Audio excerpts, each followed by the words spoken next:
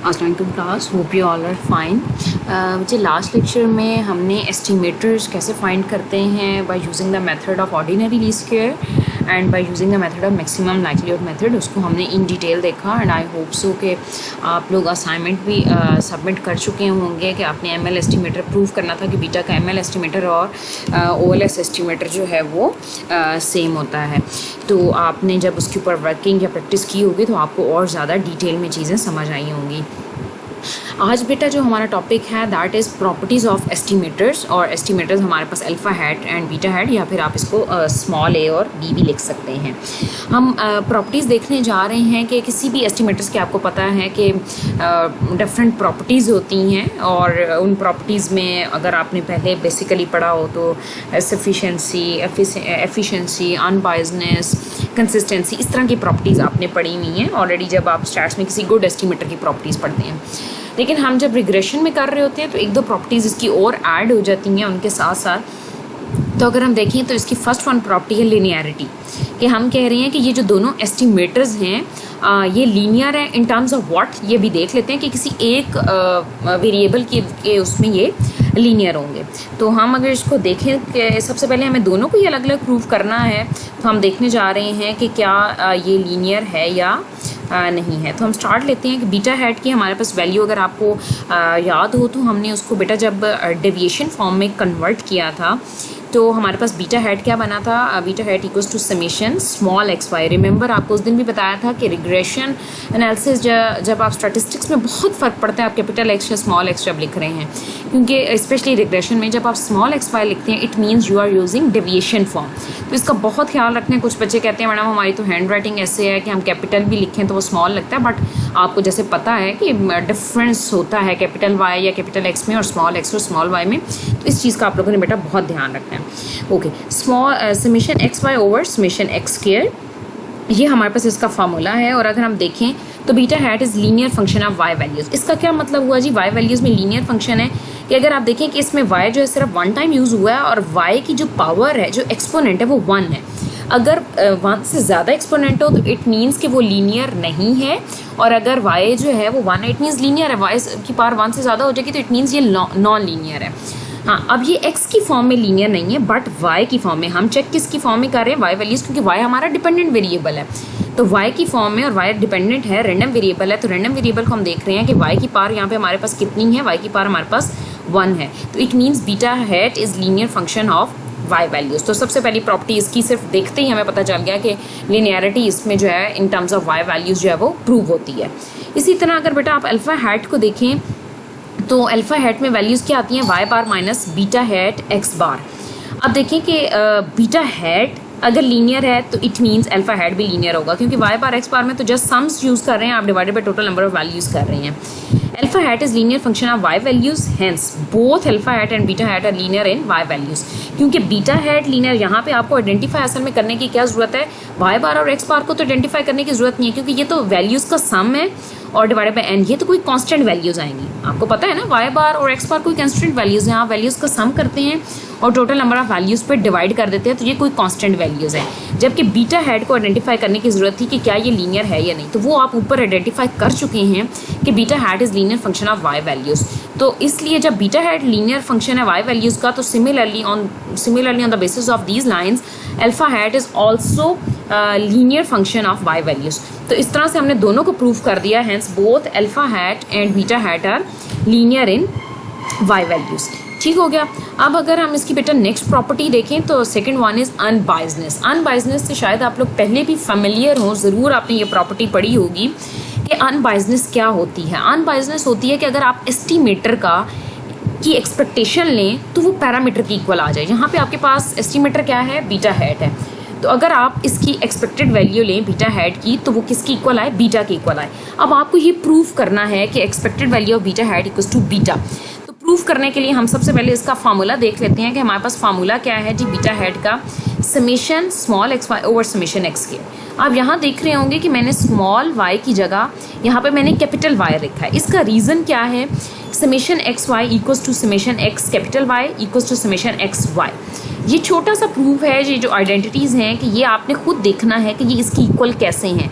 ये वही डेविएशन की प्रॉपर्टीज़ इस पे यूज़ होती हैं, कुछ मल्टीप्लिकेशन की हैं कि अगर आप स्मॉल एक्स और y की जगह अगर आप डेविएशन फ्रॉम कैपिटल Y की वैल्यू लगाएं, मतलब स्मॉल y माइनस y बार आप लगाएं, तो आप ये देखेंगे कि ये y माइनस y बार आप लगाएंगे तो आप देखेंगे ये इसमें कन्वर्ट कैसे हो रहा है। तो ये प्रॉपर्टीज़ हैं, आप इसको खुद से करने की कोशिश कीजिएगा। आई होप सो बहुत छोटी छोटी ये प्रॉपर्टीज़ हैं, हो जाएंगी, नहीं तो हम इसको डिस्कस भी कर लेंगे। तो उस प्रॉपर्टी को पहले मैं इसलिए नहीं बता रही ताकि आप इसके ऊपर थोड़ी सी वर्किंग करें, थोड़ा सा जितना ब्रेन को यूज़ करेंगे ये चीज़ें उतनी आपके लिए आगे जाके आसान होती जाएंगी। तो ये कैसे इसकी इक्वल है ये आपने खुद से देखना है, बट एनी हाउ अभी हम यहाँ पे ये प्रॉपर्टी यूज़ कर रहे हैं कि समेशन एक्स वाई अगर स्मॉल में लिखा हो तो आप इसको ऐसे भी लिख सकते हैं कि मीन्स एक कैपिटल और एक small, summation small x y या फिर समेशन कैपिटल एक्स वाई, आप इसको इस फॉर्म में ट्रांसफॉर्म कर सकते हैं। तो हम यहाँ पे यूटिलाइज करना चाह रहे हैं, फिर वही बात कि ये कैसे याद रहेगा कि इसको हमने कैपिटल वाई में चेंज करना है। हम इसको कैपिटल वाई में चेंज इसलिए कर रहे हैं क्योंकि हमारे पास मॉडल कैपिटल वाई की फॉर्म में है। अगर ये इक्वेशन कैपिटल वाई की फॉर्म में आ जाती है तो तभी हम वाई की कोई वैल्यू पुट करेंगे और ये फर्दर सॉल्व कर सकते हैं। अगर स्मॉल वाई की फॉर्म में हम रखेंगे तो हम इसको फर्दर सॉल्व नहीं कर सकते। तो हमारी पूरी कोशिश होती है हमेशा इसको y में चेंज करने की, और फिर y कैपिटल Y होगा तो उसको हम मॉडल वैल्यू को पुट कर देते हैं। अच्छा, इसको हमने लिख दिया जी summation x capital Y over summation x square. अब ये जो टर्म है summation x over summation x का होल स्क्वायर, इसको मैंने w का नाम दे दिया जस्ट फॉर सिंप्लीफिकेशन, और इसमें कोई आपको कंफ्यूज होने करने की कोई कॉन्सेप्ट नहीं है। कॉन्सेप्ट सिर्फ बेसिकली ये है कि इसको हम सिंप्लीफाई करना चाह रहे हैं। ऑब्वियसली ये मल्टीप्लिकेशन आगे तक हमारे साथ चलनी है, तो हम चाह रहे हैं कि इसको बजाय न्यूमरेटर डिनोमिनेटर दोनों को लेके चलने के हमने क्या कह दिया कि समेशन के विदाउट, ये समेशन नहीं लिया मैंने, just x over summation x square को मैंने क्या कह दिया है कि ये w की इक्वल है। तो ये क्या हो गया, beta hat equals to summation w, और ये कैपिटल y हमारे पास आ गया। अब ऑब्वियसली आपने जब एक्सपेक्टेशन वगैरह, फिर वही बात की एक्सपेक्टेशन अप्लाई करनी है और इसको प्रूव करना है, तो यहाँ पे तो अगर आप एक्सपेक्टेशन अप्लाई कर भी दें तो जब तक हमारे पास, हम प्रूव एक्चुअली क्या करना चाहते हैं, expected value of beta hat equals to beta, तो हमें we have to introduce the beta in this term, in this equation. तो हम क्या कर रहे हैं, बीटा इंट्रोड्यूस करने के लिए हमने y की वैल्यू, y एक मॉडल है, मॉडल की वैल्यू पुट कर दी क्या जी, alpha plus beta x plus epsilon. अब क्या करेंगे, जस्ट सिंप्लीफिकेशन, सिंपली हमने इसको मल्टीप्लाई किया और समेशन अप्लाई कर दिया। मल्टीप्लाई करें तो ये क्या, अल्फा कांस्टेंट है summation w plus beta summation w x और प्लस समेशन w एरर, ठीक हो गया। और उसके बाद समेशन w जो है वो 0 की इक्वल है। कैसे 0 की इक्वल है यहाँ पे मैं आपको बता देती हूँ, समेशन w x 1 की इक्वल है और समेशन w एरर हमने एज इट इज़ रखा है। अब ये समेशन w 0 की इक्वल कैसे है, वैसे तो ये भी छोटी छोटी प्रॉपर्टीज़ हैं जो आप खुद से प्रूव कर सकते हैं, बट इसका प्रूफ छोटा सा मैंने यहाँ पे कर दिया है। इसी तरह जैसे मैं आपको अभी कह रही थी कि ये प्रूफ्स हैं, ये भी इसी तरह के छोटे छोटे प्रूफ्स हैं, जस्ट आपने वैल्यूज़ पुट करनी है और आपको पता चलेगा ये इसकी इक्वल कैसे आते हैं। तो यहाँ पे जी summation w equals to summation x over summation x square, ठीक हो गया। ये समेशन ऑलरेडी यहाँ पे w के साथ था, ये वो वाला समेशन आया और w की वैल्यू मैंने पुट की, w की वैल्यू क्या थी, x over summation x square. अब आपको पता है कि x किसकी इक्वल है, स्मॉल x इक्वल है कैपिटल x माइनस x बार के ओवर समेशन x स्क्वायर। और आप सबको पता है कि ये प्रॉपर्टी है कि समेशन x माइनस x बार का होल स्क्वायर, कि अगर ये जो डेविएशन है इसका आप सम ले लें तो ये 0 की इक्वल होती है। यहाँ पे कुछ बेटा थोड़ा सा कट हो गया, यहाँ पे यही स्टेप लिखा हुआ है 0 ओवर समेशन x स्क्वायर, और ये सारा किसकी इक्वल हो जाएगा, 0 over something is equal to 0। तो इस तरह से समेशन w जो है वो आपका 0 हो गया। नेक्स्ट है समेशन w x, वो हमने देखना है 1 कैसे हुआ, समेशन w x को एज इट इज़ रहने दें, और इसको अगर आप देखें तो ये क्या है, summation as it is w की वैल्यू लगाई x over summation x square. और आपको पता है ये हम ऊपर अभी प्रॉपर्टी पढ़ चुकी हैं कि summation x over capital x को आप स्मॉल x में कन्वर्ट कर सकते हैं। तो हमने इसको क्या लिख दिया, summation x over capital x को समेशन स्मॉल x स्क्वायर में हमने इसको कन्वर्ट कर दिया। Summation small x over capital x, इसी प्रॉपर्टी को यूज़ करते हुए जो हमने ऊपर यूज़ की है, इस प्रॉपर्टी को यूज़ करते हुए इसको कि एक दोनों स्मॉल के साथ एक कैपिटल लिखा जा सकता है। इसी तरह हम रिवर्स भी जा सकते हैं कि एक कैपिटल है तो वो वापस स्मॉल में जा सकता है। तो यहाँ पे एक स्मॉल एक्स था, एक कैपिटल एक्स था, तो उसको हमने वापस स्मॉल एक्स कैपिटल एक्स को वापस कन्वर्ट कर दिया स्मॉल डबल एक्स में, और डबल एक्स मल्टीप्लाई होकर क्या हो गया, समेशन एक्स स्क्वायर हमारे पास हो गया। ठीक है जी, तो ये वही वाली हमने प्रॉपर्टी यूज़ की है। तो ये यहाँ पे क्या हो गया, ऊपर भी समेशन एक्स स्क्वायर है, नीचे भी समेशन एक्स स्क्वायर है, ये समेशन एक्स स्क्वायर से कैंसिल आउट होकर ये हमारे पास 1 आ जाएगा। ठीक है जी, तो यहाँ पे अगर आप देखें तो समेशन डब्ल्यू की वैल्यू 0 हो गई, समेशन डब्ल्यू एक्स 1 हो गया और ये हमारे पास एज इट इज। इसको फर्दर सिंप्लीफाई करते हैं तो ये हमारे पास क्या हो जाएगा, beta hat equals to alpha जब 0 के साथ मल्टीप्लाई होगा तो ये टर्म 0 हो जाएगी, beta into 1 equals to beta plus summation डब्ल्यू एप्सिलॉन। और फर्दर अब जाके हमने जो डब्ल्यू हमने सपोज किया था उसकी वैल्यू हमने पुट कर दी है, तो ये हमारे पास क्या हो गया, beta hat equals to beta plus डब्ल्यू की वैल्यू क्या होगी, x over summation x square. अब क्या करना है, आपने एक्सपेक्टेशन लेनी है बोथ साइड। अगर आप चाहें तो एक्सपेक्टेशन यहाँ पे भी ले सकते थे, लेकिन हमने एक स्टेप पहले ही उसकी दोबारा से पुटिंग कर दी है जो वैल्यू हमने सपोज की हुई थी। Taking expectation on both sides, क्योंकि हमारा बेसिक पर्पस तो है अनबायसनेस की प्रॉपर्टी को प्रूव करना। तो अनबायसनेस को प्रूव करने के लिए फाइनल स्टेप क्या होगा कि हम दोनों साइड पे एक्सपेक्टेशन। अच्छा जी, आपने जब एक्सपेक्टेशन अप्लाई की, expectation of beta hat equals to expectation of beta plus expectation, इस सारी टर्म पे एक्सपेक्टेशन अप्लाई कर दी, ये एज इट इज़ रहेगी। और आपको पता है कि पैरामीटर की एक्सपेक्टेशन या कांस्टेंट की एक्सपेक्टेशन कांस्टेंट ही रहता है, और आप यू ऑल नो कि पैरामीटर जो है वो हमारे पास एक कांस्टेंट वैल्यू होती है, और जो हमारे पास एस्टिमेटर होता है वो हमेशा रैंडम होती है। ये एक बहुत बड़ा कॉन्सेप्ट है, और इसको खैर इसको क्लियर मेरे ख्याल में तो ये कॉन्सेप्ट आपको पता होगा, लेकिन थोड़ा सा आपको टच दे देती हूँ कि अक्सर स्टूडेंट्स को ये पता नहीं चलता कि पैरामीटर कांस्टेंट है या फिर एस्टिमेटर कांस्टेंट है या वेरिएबल है। याद रखिएगा, कांस्टेंट हम उस टर्म को कहते हैं, पैरामीटर एक्चुअली आप कहते हैं कि पॉपुलेशन की कोई वैल्यू जो सिर्फ एक दफ़ा कैलकुलेट होती है। फॉर एग्जांपल आपके पास 50 वैल्यूज़ हैं और 50 की क्लास है और आप उन सब की एवरेज हाइट फाइंड करना चाहते हैं, तो आपने क्या किया, 50 की क्लास है, उन सब की आपने हाइट फाइंड की, उनकी हाइट की वैल्यूज़ को सम किया और डिवाइड कर दिया 50 पे, और आपके पास वो सिंगल वैल्यू आएगी। चूंकि पैरामीटर एक सिंगल वैल्यू होता है तो वो क्या होता है, हमारे पास कांस्टेंट कहलाता है। अब आपके जेहन में ये आ सकता है कि मैडम एस्टिमेटर अगर आप मीन की बात कर रही हैं पॉपुलेशन की, जिसको आप म्यू से डिनोट करते हैं, तो इसी तरह अगर हम सैंपल मीन की बात करें तो वो भी तो एक सिंगल वैल्यू आती है। बट डिफरेंस यहाँ पे ये है कि पॉपुलेशन ने हमेशा सेम रहना है। सेम पॉपुलेशन से जब आप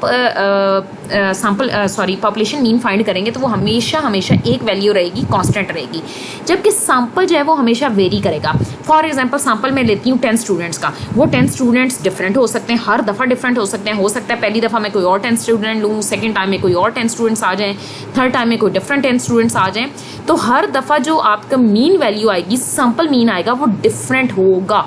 ये हमेशा याद रखिएगा कि एस्टिमेटर मतलब स्मॉल एक्स बार जो आपका मीन है, सैंपल मीन है, वो आपका हमेशा वेरी करेगा फ्रॉम सैंपल टू सैंपल।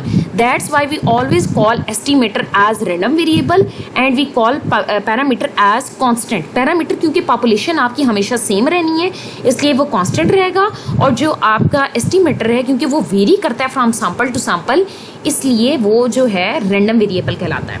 अच्छा, ये कॉन्सेप्ट था बीच में आ गया, मैंने थोड़ा क्लियर कर दिया, क्योंकि अक्सर स्टूडेंट्स को इतने शायद अब आप 7th सेमेस्टर में हैं या बाकी और की क्लास को मैं पढ़ा रही हूँ 5th सेमेस्टर में, मास्टर्स के स्टूडेंट्स हैं मेरे साथ, लेकिन स्टूडेंट्स को ये छोटे छोटे कॉन्सेप्ट्स क्लियर नहीं होते, जिसको वो हमेशा आगे तक गलत कॉन्सेप्ट ही लेके चल रहे होते हैं। तो आई होप सो कि ये कॉन्सेप्ट आपको क्लियर होगा कि why we called parameter as constant and why we take estimator as random variable.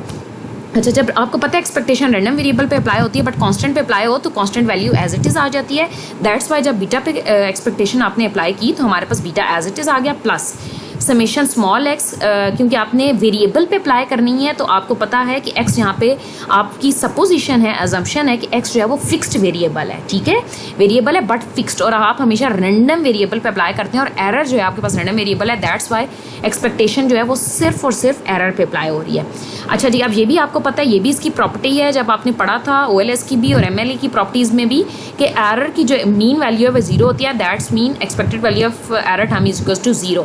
तो वो प्रॉपर्टी यूज़ करते हुए ये टर्म 0 हो जाएगी। जब ये 0 होगा तो ये होल टर्म आपके पास 0 हो जाएगी। तो हमारे पास क्या होगा, expected value of beta hat equals to beta, और यही हम चीज़ प्रूव करना चाहते थे। अगर ये हम प्रूव कर लें तो इट मीन्स कि ये जो इनसाइड टर्म लिखी हुई है दैट इज बीटा हैट, दस beta hat is an unbiased estimator of beta. I hope सो बेटा कि ये आपको अच्छे से क्लियर हुआ होगा कि कैसे हमने expected value of beta hat को बीटा के इक्वल जो है वो प्रूव किया है। अब सेकंड, यही जो प्रॉपर्टी आपने अल्फा के लिए या बीटा के लिए प्रूफ, मतलब अल्फा के लिए प्रूव करनी है तो वही बीटा के लिए, जो बीटा के लिए प्रूव करनी है तो वही अल्फा के लिए। तो अगर हम यही प्रॉपर्टी को अल्फ़ा के लिए देखें कि हमने अल्फ़ा को भी यही प्रूव करना है कि वो अनबायस्ड एस्टिमेटर है। अनबायस्ड एस्टिमेटर प्रूव करने का मतलब आपने प्रूव करना है expected value of alpha hat equals to alpha. तो हम स्टार्ट करते हैं अल्फ़ा के लिए। अल्फ़ा का फार्मूला हमारे पास क्या है जी, alpha hat equals to y bar minus beta hat x bar. फिर वही दोबारा कि हमने पूरी कोशिश करनी है कि हम किसी तरह इसमें कैपिटल वाई को इंट्रोड्यूस करें और वाई को फिर हम मॉडल फॉर्म में कन्वर्ट करें और उसकी वैल्यू पुट करने के बाद हम एक्सपेक्टेशंस और वो सारा कुछ अप्लाई करें। इसलिए no need of cramming of any step, आपने क्रैम नहीं करना, आपने सोच समझ के कि ये स्टेप, इस स्टेप के बाद ये स्टेप क्यों आ रहा है। तो बेसिकली सबसे पहले एक अपना आप वो बनाएं कि हमारा बेसिक गोल क्या है, हमें प्रूव करना है expected value of alpha hat equals to alpha. तो किसी तरीके से हमें यहाँ पे मॉडल वाई को लेके आना है और फिर उसमें मॉडल की वैल्यू पुट करनी है। तो सबसे पहले हम क्या कर रहे हैं, वाई बार को भी हमने कन्वर्ट कर दिया, वाई बार को ही बेसिकली कन्वर्ट किया, क्योंकि एक्स बार को ऐसा कन्वर्ट कर भी लेंगे तो हमें यहाँ पे एक्स बार की ज़रूरत नहीं है। वाई को आपको पता चल गया, बार बार मैं रिपीट करती हूँ कन्वर्ट करने की ज़रूरत क्यों है, ताकि हम वाई की जगह उसके मॉडल को पुट कर सकें। Alpha hat equals to summation y over n, और बीटा हैट की हमने वो वैल्यू लगाई है जो सिंप्लीफाइड फॉर्म में। अगर आप पूरी वैल्यू बीटा हैट की लगा देंगे तो नेक्स्ट स्टेप में आपको दोबारा सिंप्लीफाई करना होगा। हमने बीटा हैट की ये वैल्यू लगाई, अगर आप पहले में ये वैल्यू लगाएंगे तो फिर आपको वहाँ पे ये दोबारा से एज्यूम करके ये स्टेप जो है वो करना पड़ेगा। लेकिन अगर आप यहाँ पे भी जो है समेशन डब्ल्यू पुट कर रहे हैं तो एक अच्छा जेस्चर ये है कि यहाँ बताएं कि वेयर डब्ल्यू इक्वल्स टू, मतलब डब्ल्यू किसकी इक्वल है। यहाँ मैंने मेंशन नहीं किया बट आप लोग ज़रूर मेंशन करें कि डब्ल्यू यहाँ पे किसकी इक्वल है, ताकि वो क्लैरिफाई रहें चीज़ें। ठीक हो गया। तो यहाँ पे बीटा हेड की वैल्यू लगाई एक्स बार, उसके बाद सिंपल मल्टीप्लिकेशन, हमने कुछ टर्म्स कॉमन ली हैं, इसमें भी वाई है इसमें भी वाई है, हमने कॉमन ले लिया ताकि मॉडल को हम एक बार पुट करें और ये सारी चीज़ें इनसाइड आ गई 1 ओवर एन माइनस डब्ल्यू एक्स बार। और जिस तरह उस पिछले बीटा में हमने सिंप्लीफिकेशन के लिए डब्ल्यू पुट किया था, इसी तरह ये सारी जो टर्म लिखी हुई है जस्ट फॉर सिंप्लीफिकेशन हमने इसको सी के इक्वल पुट कर दिया। एक और चीज़ ज़रूरी नहीं है डब्ल्यू या सी ही आपने रखना है, बुक की नोटेशन में ये चीज़ें यूज़ हुई थी, दैट्स वाई मैंने भी वो यूज़ कर दी हैं नोट्स बनाते हुए। अदरवाइज आप कुछ भी यूज़ कर सकते हैं, C D E F G कुछ भी यूज़ कर सकते हैं, बट आपको वहाँ पे मेंशन करना होगा कि ये सी जो है वो किसकी इक्वल है या जो भी आपने अल्फ़ाबेट सोचा है। और ये मैंने कैपिटल में ही इसको सेलेक्ट किया हुआ है, क्योंकि अगर स्मॉल में लिखेंगे तो वो डेविएशन फॉर्म हो जाएगी, इस चीज़ को आपने याद रखना है। Alpha hat equals to summation y. अब आप क्या करेंगे नेक्स्ट स्टेप में, now we will replace y from its model value. आपने मॉडल वैल्यू पुट कर दी, मॉडल वैल्यू आपको पता है वाई किसकी इक्वल होता है, alpha plus beta x plus epsilon. और नेक्स्ट स्टेप में आपने क्या किया है, इसकी मल्टीप्लिकेशन कर दी है। अच्छा, ये स्टेप हमने सिर्फ यहाँ तक ही रखा है, दोबारा से मल्टीप्लिकेशन के लिए हमने सी को दोबारा पुट कर दिया। अब आपके जहन में आएगा कि जब इसको यूटिलाइज नहीं करना था तो हमें इसकी फॉर्म क्यों बनाई है। आहिस्ता आहिस्ता जब आप फर्दर चलते जाएंगे, हमारे कुछ नेक्स्ट प्रूव्स आएंगे तो उसमें ये फॉर्म यूज़ होनी है। दैट्स वाई हमने इसी स्टेप पे ये फॉर्म बना लिया, क्योंकि आपकी यहाँ पे बेस लाइन बनी हुई है कि कैसे हमने बेटा की भी एक जो है प्रीसाइज फॉर्म बनाई और उसी तरह हमने अल्फा की भी एक प्रीसाइज फॉर्म बनाई। लेकिन एट द एंड आपको पता है बीटा में भी हमने डब्ल्यू की वैल्यू पुट कर दी थी यहाँ पे, और इसमें भी हमें ज़रूरत पड़ेगी, इसलिए नेक्स्ट स्टेप में भी हमने पुट कर दिया। अगर आप चाहें तो आप इसको बाद में मल्टीप्लाई करने के बाद भी पुट कर सकती हैं। ये वो छोटे छोटे मैथमेटिकल स्टेप्स हैं बेटा जो हर स्टूडेंट की जो है वो सब्जेक्टिव अप्रोच है। कोई स्टूडेंट चाहे तो इस तरह समेशन सी वाई के साथ पहले सारा मॉडल को मल्टीप्लाई करके उसके बाद सी की वैल्यू पुट कर दे, मैंने इसी स्टेप में पुट कर दी है। तो ये आपकी सब्जेक्टिव अप्रोच है, जस्ट आपने मल्टीप्लिकेशन, ये जस्ट मैथमेटिक्स है और ये आप अपने तरीके से कर सकते हैं। अल्फा हैट समेशन यहाँ पे मैंने सी की वैल्यू पुट कर दी और मॉडल की वैल्यू पुट करने के बाद जस्ट सिंप्लीफिकेशन से आपने क्या करना है, ईच टर्म को मल्टीप्लाई करना है। पहले 1 ओवर एन को इन तीनों टर्म्स के साथ, फिर डब्ल्यू एक्स बार को इन तीनों टर्म्स के साथ, और साथ साथ आपने समेशन बी अप्लाई करना है। तो 1 ओवर एन समेशन अल्फा और यहाँ पे प्लस आप पहले सारी टर्म को 1 ओवर एन के साथ मल्टीप्लाई कर रहे हैं, तो ये आपके पास टर्म सारी ये आ गई।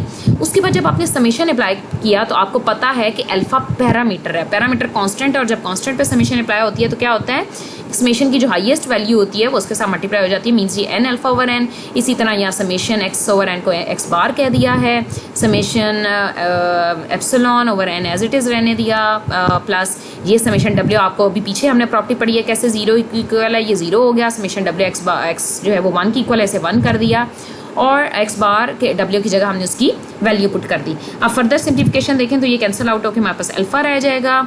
इसको जो है ये बीटा एक्स बार माइनस बीटा एक्स बार, ये भी एक दूसरे को कैंसिल आउट कर देंगे, ये एक प्लस में एक माइनस में।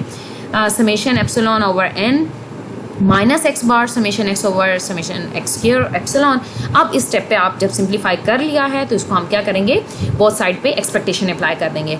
बोथ साइड पे आपने एक्सपेक्टेशंस अप्लाई की और फिर वही प्रॉपर्टीज एक्सपेक्टेड वैल्यू ऑफ जो समेशन और एक्सपेक्टेशन होती है वो इंटरचेंजेबल होती हैं। तो जब हमने एक्सपेक्टेशन अप्लाई की तो हम उसको समेशन के इनसाइड ले गए, एक्सपेक्टेड वैल्यू ऑफ एप्सिलॉन यहाँ पे भी, और आपको पता है ये प्रॉपर्टी है दोनों जीरो होती हैं, ये जीरो होने की वजह से ये दोनों टर्म जीरो हो गई।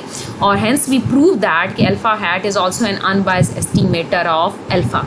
आई होप सो दोनों बहुत ही ईजी प्रूफ हैं आप लोगों को। आई होप सो मैंने बड़ी डिटेल में समझाने की कोशिश की है, जो साथ साथ छोटी छोटी प्रॉपर्टीज़ भी थी। मैथमेटिकल स्टेप से बिल्कुल नहीं घबराना। जब आप शायद लेक्चर सुनेंगे तो आई गेस मैंने पूरी कोशिश की है कि आपको 50% प्लस समझ आ जाए। बाकी आपको समझ तब आएगी जब आप इसको अपने हाथ से प्रैक्टिस करेंगे।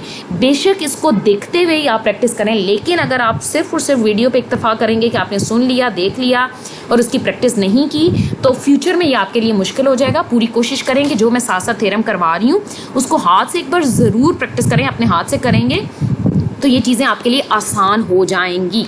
सेकेंडली ये मत कीजिएगा कि पिछले हफ्ते के लेक्चर भी आपने प्रैक्टिस नहीं किए, इस हफ्ते की भी साथ साथ प्रैक्टिस नहीं किए। अगर ये चीज़ें पायल अप होती गई तो बाद में आपके लिए बहुत डिफिकल्ट हो जाएगा और एक टाइम आएगा आप सब कहेंगे मैडम सिलेबस ज़्यादा हो गया, हमें समझ नहीं आ रही। और वो सिर्फ और सिर्फ रीज़न तब होता है जब स्टूडेंट उसको साथ प्रैक्टिस नहीं करता।